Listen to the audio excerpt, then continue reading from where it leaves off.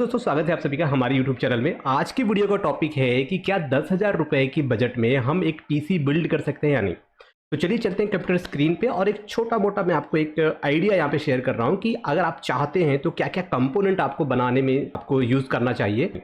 तो चलिए मैं आपको बताता हूँ वो कौन कौन से कंपोनेंट हैं जो आपको यूज़ करने चाहिए एक पीसी बनाने में, वो भी 10,000 की रेंज में। तो सब्सक्राइब कर लीजिए चैनल को और बढ़ते हैं वीडियो में आगे। और चलिए चलते हैं कंप्यूटर स्क्रीन पे, वहाँ पे मैं आपको बताता हूँ कि वो कौन से इक्विपमेंट है, कौन से वो पार्ट है, एसेसरीज हैं जो आपको चाहिए इस पीसी को बिल्ड करने में। सबसे पहले बात करते हैं कैबिनेट की। तो कैबिनेट कई तरीके से आते हैं, कुछ आरजीबी वाले आते हैं, कुछ नॉर्मल वाले आते हैं, कुछ कैबिनेट ऐसे होते हैं जो कि जिसमें एसएमपीएस इनबिल्ट होता है, यानी कि पावर सप्लाई के साथ आते हैं। यहाँ पर हमारे पास एक कैबिनेट है जो कि एक बड़ा ही सिंपल सा कैबिनेट है, नॉर्मल सा कैबिनेट है, जिसका जो प्राइस है वो है 1320 रुपये और ये है विदाउट एसएमपीएस।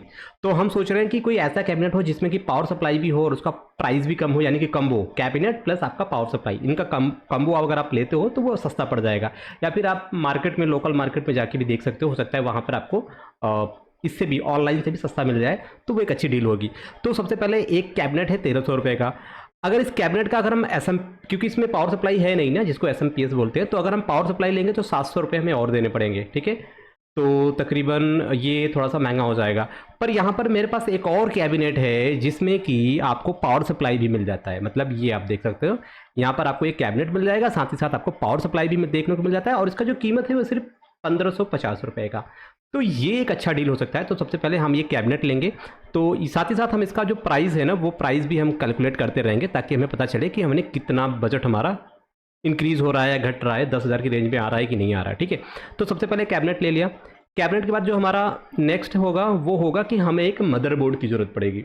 तो मदरबोर्ड बहुत सारी वैरायटी के हैं, तो सबसे सस्ता जो है वो है जेब्रॉनिक्स का मदरबोर्ड, क्योंकि काम चलाऊ मदरबोर्ड, क्योंकि आपको ज़्यादा आपको कुछ काम करना नहीं है। अगर हम कोडिंग के पर्पज़ से बात कर रहे हैं, इसमें भी आप कोडिंग ईजिली कर पाओगे। गेमिंग का तो मैं नहीं कह सकता, गेमिंग आप छोटे मोटे गेम खेल सकते हो या फिर बहुत ही लो सेटिंग पे गेम खेल सकते हो, बट कोडिंग आप इसमें डेफिनेटली कर पाओगे। जितने भी सिस्टम बन रहे हैं इसमें आप कोडिंग आप आराम से कर पाओगे, चाहे आप विजुअल स्टूडियो पे काम करो। एंड्रॉयड पे आप कर जाओगे, एंड्रॉयड पे अगर आप एंड्रॉयड डेवलपर हो तो आप इस पर भी आराम से काम करोगे, बट इसमें आपको थोड़ा सा रैम चाहिए। तब आपका 16 GB या फिर 8 GB मिनिमम हो तो आपका इजीली एंड्रॉयड स्टूडियो भी उस पर वर्क करेगा। ओके, तो हम जो मदरबोर्ड यहाँ पे यूज़ कर रहे हैं वो जेब्रॉनिक की तरफ से H61 ये मदरबोर्ड यूज़ कर रहे हैं, जिसका कीमत है करीब 2310 रुपये। तो ये भी हम ऐड कर लेते हैं इसमें, 2310 रुपये का अपना ही हो गया मदरबोर्ड। ओके, अब उसके बाद नेक्स्ट जो चीज़ आएगी वो आएगी कि हमें लेना है प्रोसेसर की बात आ गई, ठीक है।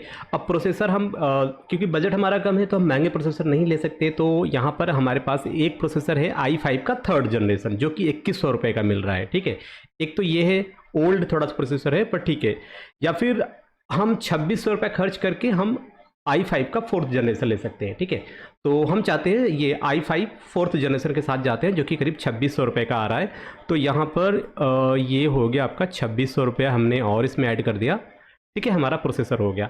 अब जब मैंने प्रोसेसर हमने परचेस किया तो उसके कूलिंग के लिए, प्रोसेसर को कूल करने के लिए हमें एक फ़ैन की ज़रूरत पड़ेगी जिसे बोलते हैं CPU कूलिंग फ़ैन। तो ये करीब 300 रुपये का एक इंटेल की तरफ से आता है, तो ये हम ले लेंगे और इसमें हमने 300 रुपया और इसमें ऐड कर लिया, ठीक है। अब हम आगे चलेंगे, जो हमारा नेक्स्ट कंपोनेंट है वो अब हमें चाहिए एक रैम। तो यहाँ पर जो रैम यूज कर रहा हूँ वो मैं कर रहा हूँ कंसिस्टेंट का 8 GB का DDR3 रैम हम यूज़ कर रहे हैं, ठीक है, जिसका कीमत है करीब 800 रुपये। तो हमने इसको भी यहाँ पे इंक्लूड कर लिया, 800 रुपये। ओके, और उसके साथ ही साथ यहाँ पर हम यूज़ करेंगे SSD, 500 GB SSD ले रहे हैं, 512 GB SSD कंसिस्टेंट की तरफ से, जो कि 1800 रुपये का है। तो हमने ये ले लिया और इसमें हमने 1800 रुपये और ऐड कर दिए। ओके, अब टोटल प्राइस हो गया 9360 रुपये।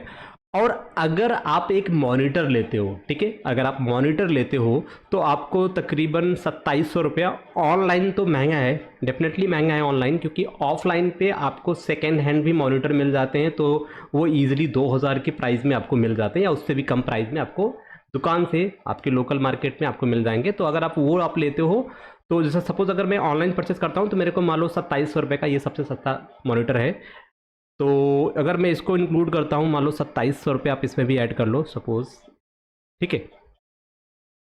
टोटल प्राइस कितना हुआ, 9360 ऊपर आप देख पा रहे हो, जो कि हमारे अदर इक्विपमेंट, जो कि सिर्फ CPU की बात हो रही थी, ठीक है। तो अगर इसमें मैंने मॉनिटर ऐड कर लिया तो 2000 रुपये और आपके बढ़ गए, तो ये तकरीबन आपका होगा कितनी भी हमारे पास, आप मान के चलो कि 640 रुपये बच रहे हैं।